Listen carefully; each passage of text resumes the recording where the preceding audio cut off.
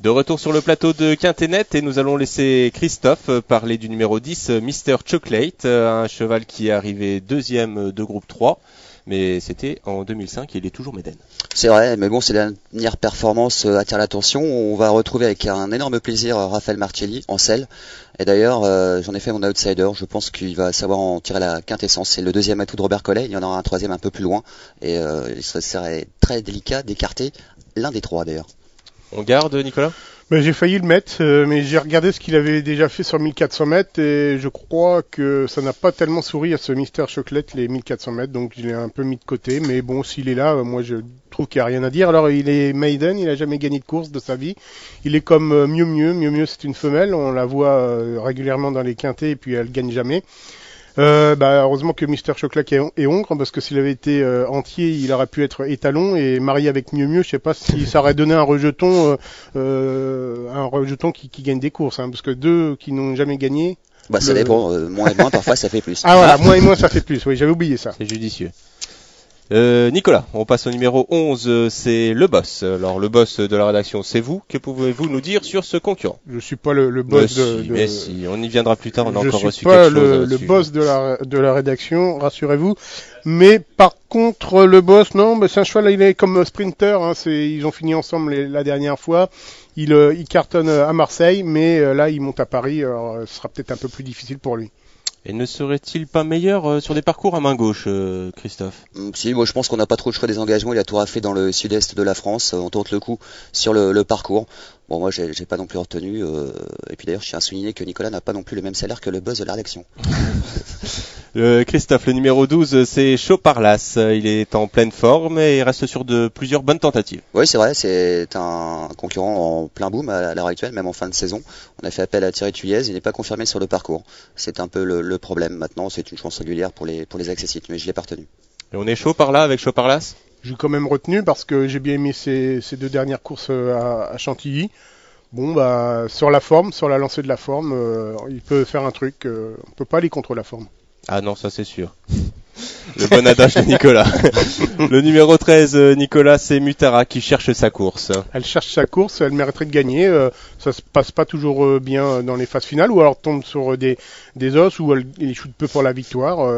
L'avant-dernière fois, elle était trop brillante. Elle a, je crois, plafonné, oui, c'est ça. Elle a plafonné à mi-ligne droite. Mais enfin, bon, c'est son seul faux pas.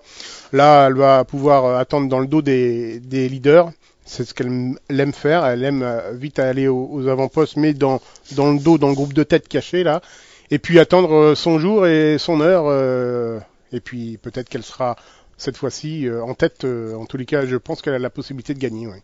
Un show favori selon vous Oui, c'est une chance régulière. Elle a prouvé qu'elle avait l'aptitude dans les grands handicaps. Maintenant, la forme est là. Pas trop couru cette année. Un seul faux pas ou deux dans sa musique lorsque l'on fait référence aux performances. Bien sûr, oui, c'est une base. Alors le numéro 14, Christophe, c'est Puppets Bunty, une candidate prometteuse cet été, mais maintenant on a un peu de mal à la cerner. Oui, elle m'a pas mal déçu d'ailleurs lors de ses dernières tentatives. Bon, je lui refais encore une nouvelle fois confiance, mais c'est pas la grosse chaleur quand même. Nicolas ? Si c'est la grosse chaleur, elle a des excuses. Alors sur le sable au mois de juillet à Deauville, c'était bien, 4e. Ensuite, elle a tenté l'aventure sur le gazon. C'était le 31 juillet dernier dans un quintet 7e, très malheureuse, elle a fini avec beaucoup de ressources. Le 1er septembre encore malheureuse, et la dernière fois trop brillante dans le parcours, elle a un peu craqué. Bon, il faut la reprendre impérativement, c'est une grosse cote possible, moi je crois qu'elle a à ce point-là une petite marge pour bien faire. Elle est toujours malheureuse, il lui arrive toujours quelque chose dans un parcours, c'est un peu embêtant. Oui, mais aux courses faut être têtu, il faut y croire. C'est vrai, et vous l'êtes. Croyant ou têtu. Les deux. Ah bon. Nicolas, le numéro 15, je vous laisserai dire son nom, et en tout cas, il a été 5e d'un quintet plus la dernière fois, mais c'était sur 2100 mètres. Bon, je ne parle pas l'allemand, rassurez-vous. C'est une tentative quand même. Sauf sous la torture, je parle allemand. Mais sinon... Dites son nom Zoberlerling. Merci. J'espère que je l'ai bien dit. Alors, non, pas vraiment.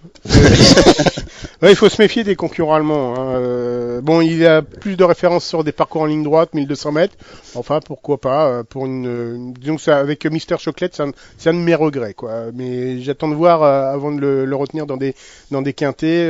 Il a couru, je crois, 6 quintets, une fois dans les 5 premiers, c'est tout.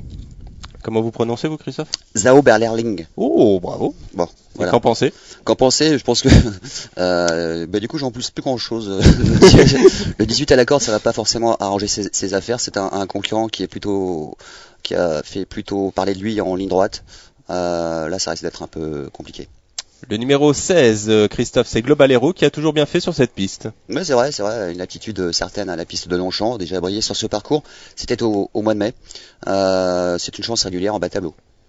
Le baron de la Bourrasse. Oui, il a fait de très belles choses dans les réclamés cette année.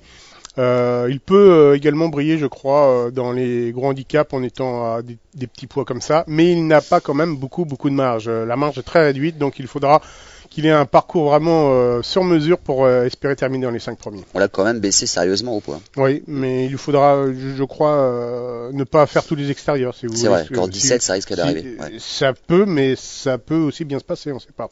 On saura un peu plus tard. On peut jamais savoir avant comment se déroule une course. Ça, Ah bon? on peut jamais savoir à l'avance. Hein. On croyait que les pronostiqueurs, Non, on sait si les chevaux ont une chance ou pas, mais on peut pas savoir quel sera le scénario d'une course. Ah bon? Non. Bon, bah alors on passe au numéro 17, Nicolas, c'est Bénodet, un candidat plus connu sur les parcours en ligne droite. Bah Bénodet, oui, je l'ai retenu sur sa forme, sur sa lancée de ses perfs en ligne droite. Maintenant, bon, on va voir ce que ça va donner. Mais il a déjà fini deuxième, j'avais noté, c'était au mois de mai dernier, deuxième de Summershrill sur 1400 mètres, arrivé au deuxième poteau à Longchamp. Summershrill. Ah oui, c'est pas mal ça. C'est pas une mal, petite chance. Non, je pense que c'est une chance tout à fait régulière pour être dans la bonne combinaison du Quintet Plus. Un concurrent, on peut pas lui reprocher grand chose, il fait pratiquement toutes ses courses. Je m'en méfie particulièrement. En plus, j'ai remarqué jockey en forme. Excusez-moi de vous couper, j'ai remarqué que vous aimez beaucoup les Robert Collet, vous. Hein. Je m'en méfie tout particulièrement, je n'arrêterai jamais de le dire depuis que je suis dans la partie. Et je fréquente les courses. Christophe, on passe à l'ultime candidat. C'est une candidate d'ailleurs, c'est Michael qui monte ici de catégorie. Oui, les dernières perfs sont relativement moyennes, on lui remet les œillères, je pense que ça va pas suffire face à une telle confrontation, le lot est quand même relevé, il y a des concurrents qui présentent de meilleures garanties. Vous n'y croyez pas trop non plus, Nicolas? Non, au vu de ces dernières courses, ça me paraît difficile, c'est une femelle, non? Alors, on pourrait presque dire Michael Girl. Oh, Nicolas. Michael Girl. Ah, Michael Girl, ah oui, ça vous cause. Voilà. C'était très drôle. Bon, alors avant de passer à l'heure du choix, notre secrétaire de rédaction, Serge Redon, dont vous voyez le front, pas à l'heure actuelle, mais il est derrière Nicolas. On va risquer pas de voir les cheveux, remarquez. Non, ils sont assez courts. Qui vient de me transmettre un mail de Philippe Kuhn. Bravo à votre émission, que je ne manque que très rarement. Un petit coucou tout particulier à Nicolas Labourrasse. Et particulièrement aussi à Julien Vandendoan, l'heureux nouveau papa. Continuez cette émission, c'est tout simplement génial, un fidèle de génie, Philippe Kuhn. Oui, et Philippe, il aime c'est un ami des chevaux, parce que son nom... Vous le connaissez personnellement? Non, mais philos en grec, ça veut dire ami. Donc Philippe, ça doit vouloir dire sûrement, je crois qu'on m'a dit ça un jour, Philippe, ça veut dire l'ami des chevaux. Voilà. Est-ce que vous avez déjà croisé Philippe à la station Ranlag? Je sais pas en où tout il a cas, des petits mails comme ça nous fait toujours plaisir. Bon, alors c'est l'heure du choix. Christophe, on va commencer avec vous. Avez-vous retenu une base? Alors, je pense que je vais faire sourire mon ami Nicolas. Je vais prendre en base donc Bénodet, le 17, pensionnaire de Robert Collet. Et en outsider, le 10, Mr. Chocolate, pensionnaire de Robert Collet. Voilà. Nicolas, base outsider d'un coup. Ça doit pas être long l'étude des courses avec Christophe. Il y a pas toujours des collets dans les courses. Bah voilà, il regarde s'il y a des collets, il joue les collets. Voilà. Vous l'avez vu la main au collet aussi? Bon. Alors, ma base, ça sera le 13. Alors, je me rappelle plus de son nom. Oh là là. Ouais, bravo. C'est pas Zaberlaring en attendant. Ça, c'est sûr. Non, c'est Mutara. Qui cherche sa course. Voilà. Et un outsider, s'il vous plaît. Popet's Bounty, qui est le numéro 14. Voilà. Je vois bien 20 ou 25 contre 1 pour Popet's Bounty. Méfiez-vous, elle a une chance.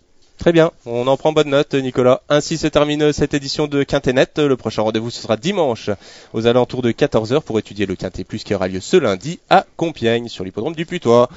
Et bien d'ici là, bon jeu et bien entendu, quintez-vous bien.